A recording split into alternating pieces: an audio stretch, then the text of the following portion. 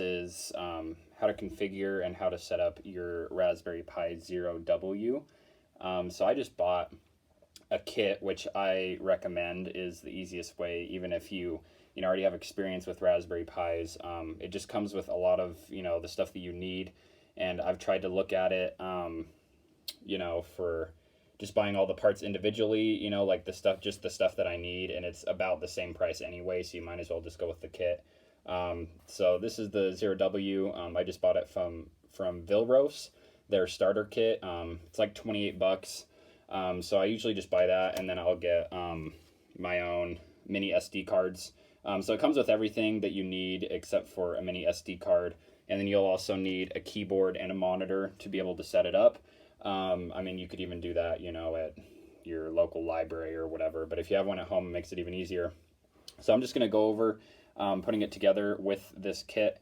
So let's get right into it. So you get the Raspberry Pi Zero W, which is right here. It comes with this little, it's like this little square.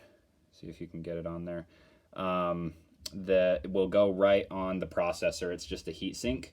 So we're going to take off the little blue seal on the back, and you're just going to actually put it right on top of the processor. So you can see the processor is the black thing in the middle. You're just going to put it right on top. It'll stick. So just kind of push it on, make sure it's kind of in there good. As you can see, it's not going to come off, so that's what you want. The next thing is you want to take out this, it's another heat sink that goes into the little holes that are on the side for the RAM. So this one you're just going to take off the plastic as well, kind of unwrap it. And so you're going to want the long, so you can see it's kind of longer on the bottom than it is on the top. You're going to want to put that into here. Just, it should fit right into all the holes if you put it in right. It's kind of tricky, but as you can see, there we go. We got it fit in to the holes. So that's basically it for the actual Pi Zero. Now you want to take your case, which comes with a nice little black case or a clear case, whichever one you want. You just want to line it up with the holes, and it should actually, the little pins that you put in should come out the bottom like so. So it just kind of sits in here like this. And then you just want to, put the top on so that it kind of sits in there all nice. It should like snap into place if you get it in right. Well, try not to break it though. Let's see, hold on. I think, oh, hold on. So actually it should sit in, hopefully I didn't just break it. So there's actually these little pin things that you can kind of snap the Raspberry Pi into place to make sure it's in the right spot. So hopefully I didn't break anything. All right, now we can put it on here. Should just snap on. Okay, so there we go. Got it all right here. Makes it pretty nice. And then you got these little, they're like little bumpy stickers that go on the bottom. There's a little spots for each one. So they're just sticky. They just come out of there, and you're going to want to put them in each one of the little spots. It just makes it like a little stand, so it's not just sitting on the ground, So you just kind of press those into the little things on the back. So we'll do that here. You guys can speed through this if you want to, or if you already know how to, put one of these together.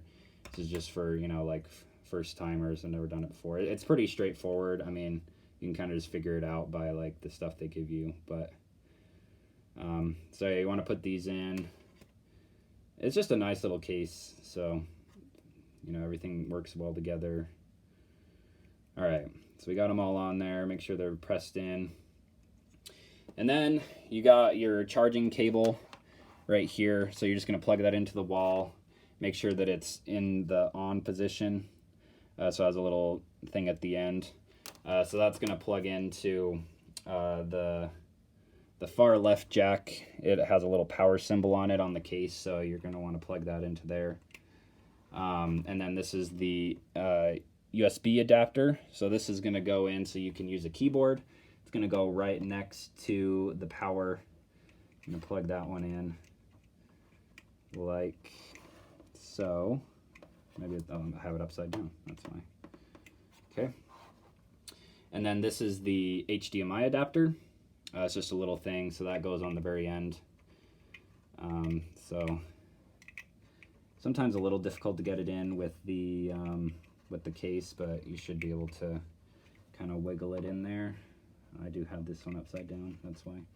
All right, and then once you got all those in, then you're gonna go plug it into a keyboard, plug it into the wall, make sure you turn it on, and plug it into a monitor with an HDMI cord. So that's the initial setup, and then we'll get to the configuration next.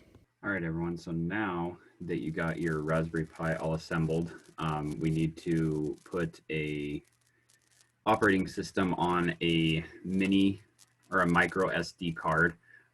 So that is another thing that you're going to need. So you will actually have to take apart the Raspberry Pi and then take it out of the little slot, put in the micro SD card, and then you can put it all back together. I just kind of showed you how to assemble it, but this is something that you should do as well, or else you just have a little board that doesn't have anything on it. So the easiest way to do that is, so I'm on Linux right now. You can actually download this Raspberry Pi Imager, which is the easiest thing. It already comes with the preloaded Raspberry Pi operating system that you can just choose your SD card. It's really simple. You can also use flash.io. You can use any startup disk creator out there, and then you just have to download the ISO image of the operating system that you want. So this is pretty easy. So you can just come onto here. So I usually like to go to other, and then we're going to choose the Raspbian Lite, which is it has no desktop environment. This is probably the best for the Raspberry Pi Zero, since usually you aren't going to use a lot of memory. It depends on your project. If you have a project in mind, I would look up the amount of memory that you should need. 8 gigabytes or 16 gigabytes is perfectly fine. So you shouldn't have any trouble with that. So I'm just going to choose the Raspberry Pi Lite. My SD card is this one that I have right here. And then we're just going to write it. It's going to erase everything, so just make sure you know that. So yeah, then I have to type in my password. And it will write it. It shouldn't take too long.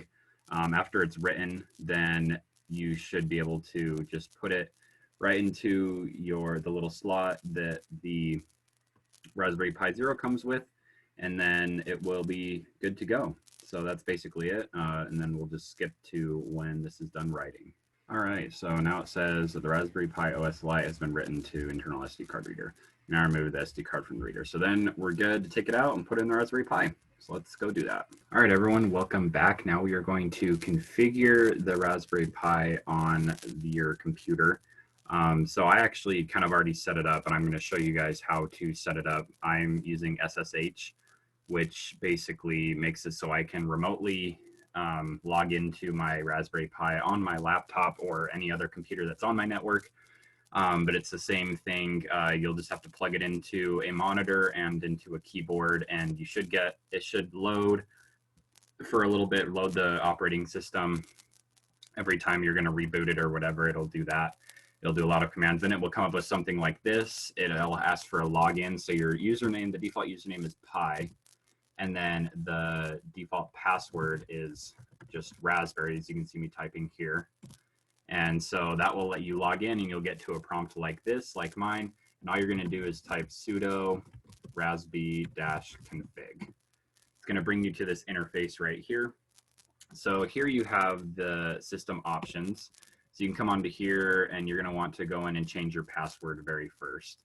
So you want to click here. It says you'll now be asked to enter a new password for the Pi user. So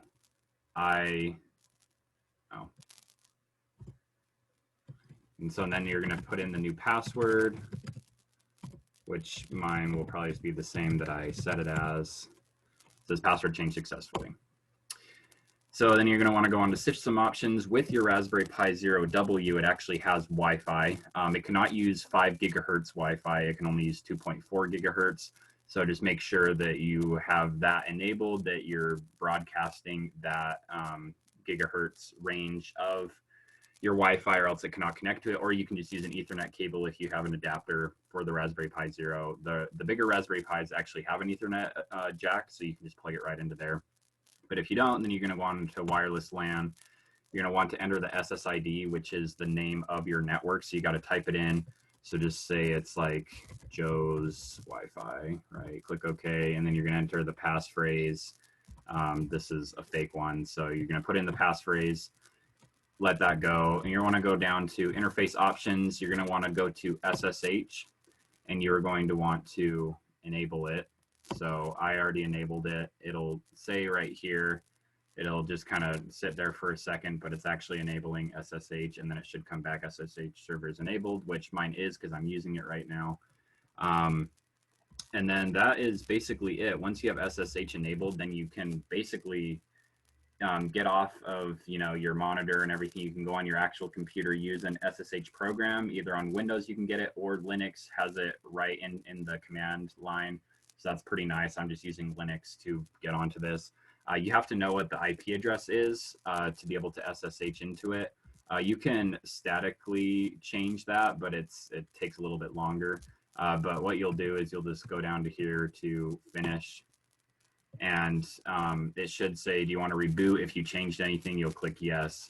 And then if you want to see what your IP address is, you can just type this command, ifconfig, and it will say, it'll go down, and in the WLAN 0, it will show you what your IP address is. And that is what you can put into SSH into it. Or you can even just keep it on your monitor, keep it on your keyboard, and you can code, you can put any programming that you want into it. I just find that it's easier to SSH because I can just do it all on my own computer, and I can use, other people's codes and different things like that. So it just makes it easier. But yeah, that's all it is. It's pretty easy to set it up. And then you guys can, get working on your do-it-yourself projects. So yeah, thanks for watching, guys. Please like and subscribe. And as always, have an awesome day.